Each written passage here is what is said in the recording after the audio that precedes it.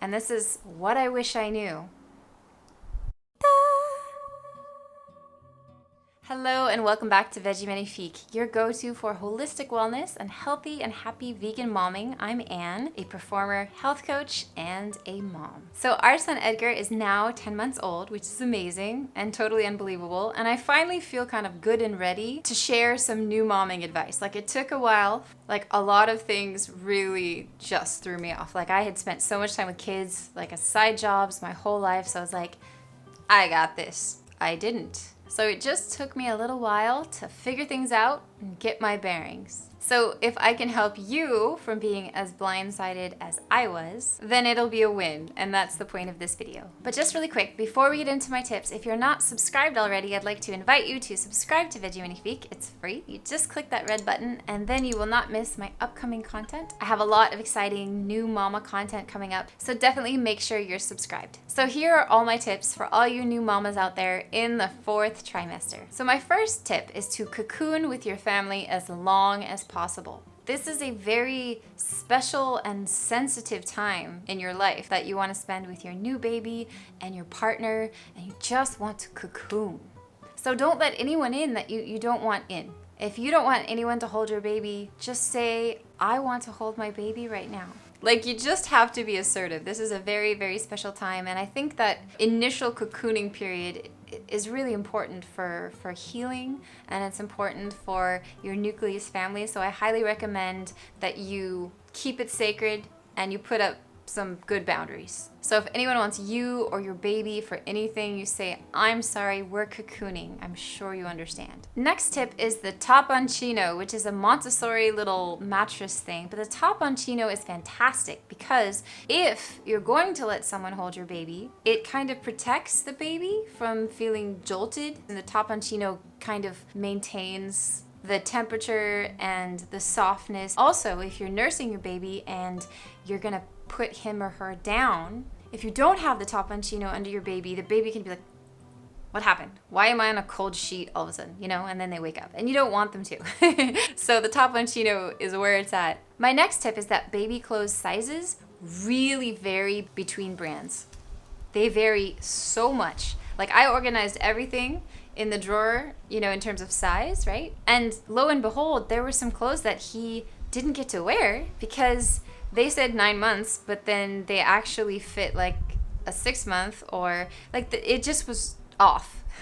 Like, you'll notice that some brands run extremely different. Like, right now he's still wearing a few pieces from 0 to 3. Like, he's 10 months old, And then also he outgrew some stuff that were 9 months when he was like 6 months. So I highly recommend that you look at the clothes periodically and don't just like file them away for when your baby gets to XYZ age, because like I said, the brands, they run so differently. Next up is meal train. When you have a baby, definitely sign up for a meal train or have your friend create a meal train for you. So what is a meal train?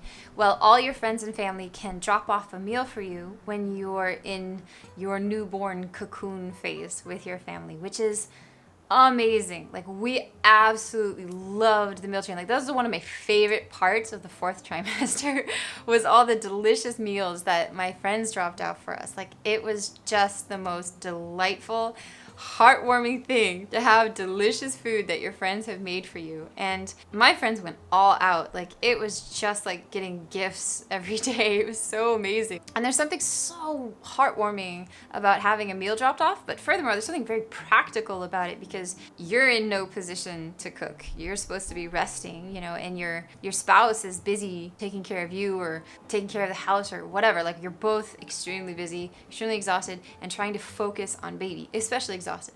Let's say it. So cooking is just kind of like, it's difficult. So I highly recommend you sign up for a meal train, and then that way your near and dear can help you by dropping off a meal. If you're watching this and you're one of my friends that dropped off a meal for us, like, just thank you. Like, we absolutely just reveled in the loveliness of being taken care of that way. And plus, I love food, so it's just so delightful. My next tip is, if you're breastfeeding, persevere. It may be painful. It may be excruciating. You may be bleeding, but it will get better. It will get easier. It does. You might hear this, and people will tell you this when you're breastfeeding. You're like, You can't imagine it being better because it's so bad. It will get better. It will get better. It will get better. It might take a while, but it's worth it. So persevere as much as you possibly can, because obviously breastfeeding is so advantageous for baby. So do whatever you have to do to push on. For example, a lactation consultant is extremely beneficial and very helpful. Before, if you're thinking of quitting before that, please, please, please get a lactation consultant or a new breastfeeding pillow. Like my friend gave me this My Breast Friend breastfeeding pillow, which really changed things, honestly. Like it really made it so much easier, because before, all the pillows, and then there was this like other really cute one that kept slipping and falling. So find what works for you, because it can make a big difference. My next tip is the most important. Get a postpartum doula. So you may need to put this on your registry, and this is what I wish I knew. I wish someone had told me to put postpartum doula visits on my registry. It would have been worth its weight in gold. I don't know why no one told me this, but when you give birth and you're there with your precious cargo and your body's just like ravaged and you're just like, oh my gosh, there's a baby, and you're sleep deprived and you're just totally like out of your element on some sort of like surreal cloud. Like you can't think about the laundry or like sweeping your floors or cooking or doing anything. You're literally just like, baby, I have to, baby. And you know, it's painful. It's like, oh my gosh. And all those things that you used to do, and I'm sure before you gave birth, you had a lot of chores and you did a lot of things around your house. Well, during that postpartum phase, especially in the very beginning, you're not going to be able to do anything. And as benevolent as your husband is, he just can't do all that he did and all that you do, plus take care of you and babyland. It just, There's a reason why in a lot of Asian cultures, in many cultures, they have like this helper woman that comes to help the mom, because you're gonna need help. You're gonna need so much help. It's such a huge transition. So if you have a sister or a mom nearby, or like a bestie or someone who can come and like do your laundry and like vacuum or something, take them up on it. And if you don't have family nearby, which is the case for us, like get a postpartum doula, like hire that stuff, you know? Like if I had only known, but I didn't know. And on that note, my next tip is your husband is not a woman. I mean, if he's a husband, you know, like if your partner's male, he's not a woman. He may be so caring and wanting to help, but you're going to need to connect with other women during this phase. You're going to need to vent. And the thing about men is men love to fix things. And I love this about men. Like usually I'm like, yeah, you know, girls are like, oh, honey sweetie. And I don't want to be honey sweetie. Like I want to fix things. But when you're in postpartum mode, there's nothing to fix really. You're just totally just like, oh my gosh.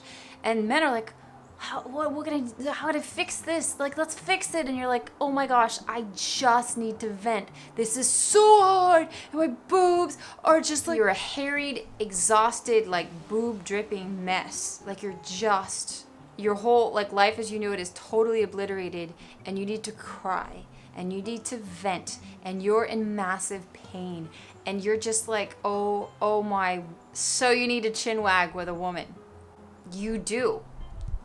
Unless your husband is like extremely feminine, which you whatever, you probably need to vent and express what you're going through. And the man is just, he's gonna want to fix it.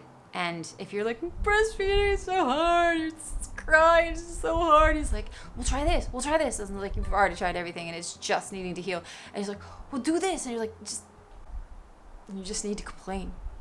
You just need to vent, and you just need to freaking cry.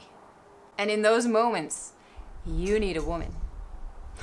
Okay. So make sure you connect with other friends and other mamas and other females. Wow. Which brings me back to my postpartum doula thing. You need someone to take care of you who's a chick that gets it. If you can get a postpartum doula, maybe move to an Asian country where they have them and that's like a thing. Or, I'm just kidding, maybe you're already there. Maybe you're watching from one of those countries and you're like, yeah, of course we have a postpartum doula. Dude, it's like so integral to our existence. Anyway, I cannot say enough about the fact that I needed more help. So just really quickly, if you are a new mom or a mom that's been around the block, I have created an ebook that I'm so excited to share with you.